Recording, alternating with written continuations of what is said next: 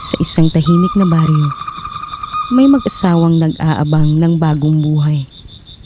Buntis si Mia. 5 buwan na ang dinadala.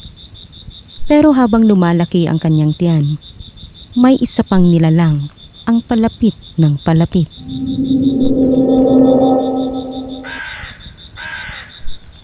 Gabi-gabi, may kaluskos, may aninong dumaraan. Hanggang sa isang gabi, may mga matang nagbabantay mula sa bubong. Gutom, uhaw, at may iisang layunin, ang kainin ang batang hindi pa isinisilang. Sino ang makapipigil sa nilalang ng kadiliman? At hanggang saan ang kayang gawin ng isang ina para mailigtas ang kanyang anak?